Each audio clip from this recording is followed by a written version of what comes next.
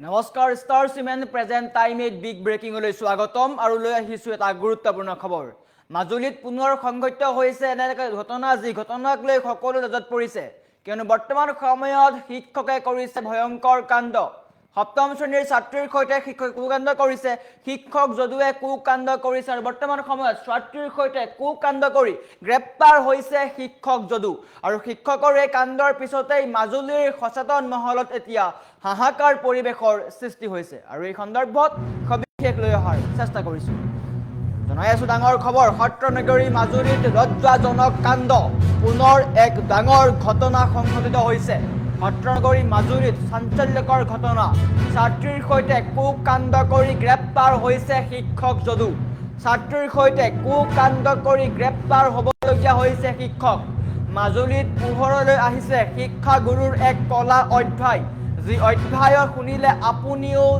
চকু মুদিব মাজুলীত কুকাণ্ড শিক্ষকৰ কুকাণ্ড যদু শিক্ষকৰ কুকাণ্ড অভিযুক্ত শিক্ষক যদু পাতিৰৰ বিৰুদ্ধে গুৰুতৰ অভিযোগ উত্থাপন হৈছে কল্পনা কৰক 13 বছৰীয়া ছাত্ৰীৰ সৈতে কুকাণ্ড কৰিছে 13 বছৰীয়া সপ্তম শ্ৰেণীৰ ছাত্ৰীৰ সৈতে বিদ্যালয়তে কুকৰ্ম কৰিছে শিক্ষক যদুৱে জ্ঞানৰ মন্দিৰৰ এই ঘটনাই এতিয়া স্তব্ধ কৰিছে মাজুলী সচেতন মহলত প্ৰশ্ন উত্থাপন হৈছে পৰিয়ালৰ এজাহাৰৰ পিছতে গ্ৰেপ্তাৰ কৰিছে অভিযুক্ত শিক্ষকগৰাকীক বৰ্তমান তেওঁক জেললৈ প্ৰেৰণ কৰা হৈছে গ্ৰেপ্তাৰৰ পিছতে জেললৈ প্ৰেৰণ কৰা হৈছে শিক্ষকগৰাকীক আৰু মাজুলীৰ এই ঘটনাৰ পিছতেই পুনৰ এবাৰ সচেতন মহলৰ মাজত চিন্তা বিষয় আহি পৰিছে আমি দৃশ্যকৈ দেখুৱাম এইগৰাকী হৈছে মাজুলীৰ লম্পট শিক্ষক যদু পাতিৰ শিক্ষক যদুৱে যি কাণ্ড কৰিছে সেই কাণ্ড শুনিলে আপুনিও হতচকিত হ'ব আপুনিও ভাবিবলৈ বাধ্য হ'ব যে বৰ্তমান সময়ত জ্ঞানৰ পোহৰ বিলোৱা শিক্ষকে এনেকুৱা কাণ্ড কৰিব পাৰেনে সঁচাকৈ নিশ্চয়কৈ পাৰে এই কাণ্ড কৰিছে এইগৰাকী শিক্ষক যদুৱে পৰিয়ালৰ অভিযোগৰ মতে ছাত্ৰীগৰাকীৰ পৰিয়ালৰ অভিযোগ মৰ্মে বিদ্যালয়ৰ ভিতৰতে 13 বছৰীয়া সপ্তম শ্ৰেণীৰ ছাত্ৰীৰ সৈতে কুকাণ্ড কৰিছে শিক্ষক যদুৱে আৰু পৰিয়ালৰ এজাহাৰৰ ভিত্তিত গ্ৰেপ্তাৰ কৰা হৈছে এইগৰাকী শিক্ষক কিন্তু ডাঙৰ প্ৰশ্ন উত্থাপন হৈছে আমাৰ সমাজ বৰ্তমান কোনফালে গতি কৰিছে যুৱ প্ৰজন্মক এনেকুৱা এচাম লোকে শিক্ষা দিছে নেকি যে শিক্ষকে নাজানে ব্যৱহাৰ নাজানে সংস্কাৰ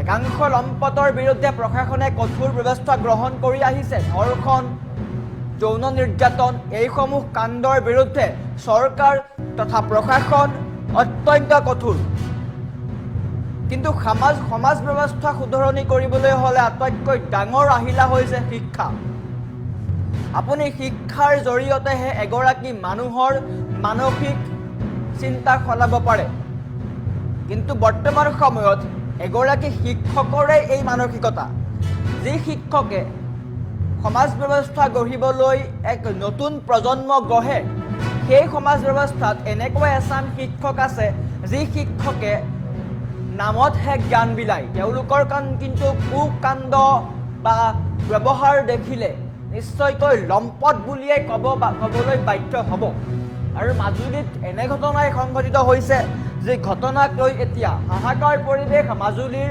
প্ৰতিগৰাকী শিক্ষিত লোক সচেতন মহলৰ প্ৰতিগৰাকী লোকে ইয়াক ধিক্কাৰ জনাইছে শেহতীয়াকৈ ৰাজ্যৰ বিভিন্ন প্ৰান্তত লাভ জেহাদৰ পৰা আৰম্ভ কৰি যৌন নিৰ্যাতন ধৰ্ষণ এইসমূহ কাণ্ড আমি দেখিবলৈ পাই আহিছোঁ কিন্তু এইবাৰ শিক্ষকৰ দ্বাৰা এনে কাণ্ড আমাৰ সমাজ ব্যৱস্থাত এনেকুৱা এচাম লোক আছে কাৰণে আজিৰ দিনত নাৰী বা ছোৱালী সুৰক্ষিত নহয় চৰকাৰে বাৰে বাৰে কৈ আছে নাৰীক সন্মান কৰক চৰকাৰে বিভিন্ন আঁচনিও গ্ৰহণ কৰিছে নাৰী সবলীকৰণৰ কাৰণে চৰকাৰে বিভিন্ন সময়ত আঁচনি গ্ৰহণ কৰাও দেখিবলৈ পোৱা গৈছে কিন্তু যদি সমাজ ব্যৱস্থাৰ একাংশ লোকেই যদি নাৰীক সন্মান নকৰে তেতিয়া কি হ'ব অৱশ্যে নিশ্চয়কৈ এনেকুৱা এচাম লোকক আৰক্ষীয়ে বৰ্তমান গ্ৰেপ্তাৰ কৰিছে এওঁলোকক শাস্তি প্ৰদান কৰিব কিন্তু পুনৰ এনে ঘটনা সংঘটিত হ'ব সমাজ ব্যৱস্থাত ক'ত ভুল আছে, এই ক্ষেত্ৰত সমাজ ব্যৱস্থাৰ ক'ত ভুল, শিক্ষকে যদি এনেকুৱা কাণ্ড কৰে তেনেহ'লে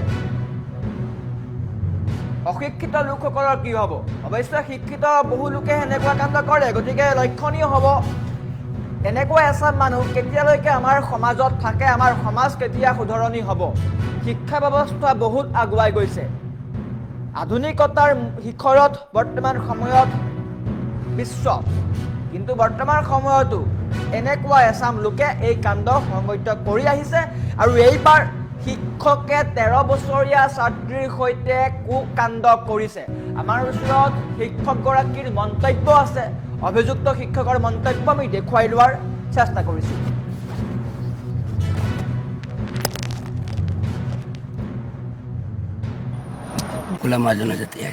আপুনি প্ৰধান শিক্ষক হয়, আপোনাৰ ওপৰত যিটো অভিযোগ আছে সেইটো সঁচা নে মিছা? এইটো আইনে ক'ব। আইনে ক'ব। আপুনি এজন প্ৰধান শিক্ষক হয়। কোন স্কুল? কোলামুৱা জনজাতি। কোলামুৱা জনজাতি হাইস্কুল। আপুনি প্ৰধান শিক্ষক হয়। আপোনাৰ ওপৰত যিটো অভিযোগ আছে সেইটো সঁচা নে মিছা? এইটো আইনে ক'ব। আইনে ক'ব। আপুনি এজন প্ৰধান শিক্ষক হয়। কোন স্কুল? কোলামুৱা জনজাতি। কোলামুৱা জনজাতি হাইস্কুল। আপুনি প্ৰধান শিক্ষক হয়। আপোনাৰ ওপৰত যিটো অভিযোগ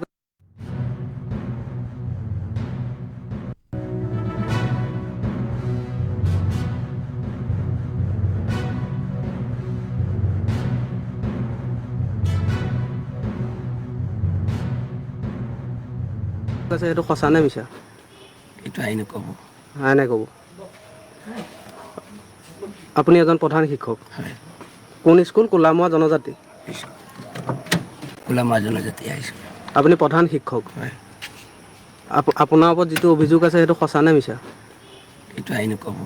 আইনে ক'ব। আপুনি এজন প্ৰধান শিক্ষক হয়। কোন স্কুল? কোলামুৱা জনজাতি। কোলামুৱা জনজাতি হাইস্কুল। আপুনি প্ৰধান শিক্ষক হয়। আপোনাৰ ওপৰত যিটো অভিযোগ আছে সেইটো সঁচা নে মিছা? এইটো আইনে ক'ব। আইনে ক'ব। আপুনি এজন প্ৰধান শিক্ষক হয়। কোন স্কুল? কোলামুৱা জনজাতি। কোলামুৱা জনজাতি হাইস্কুল।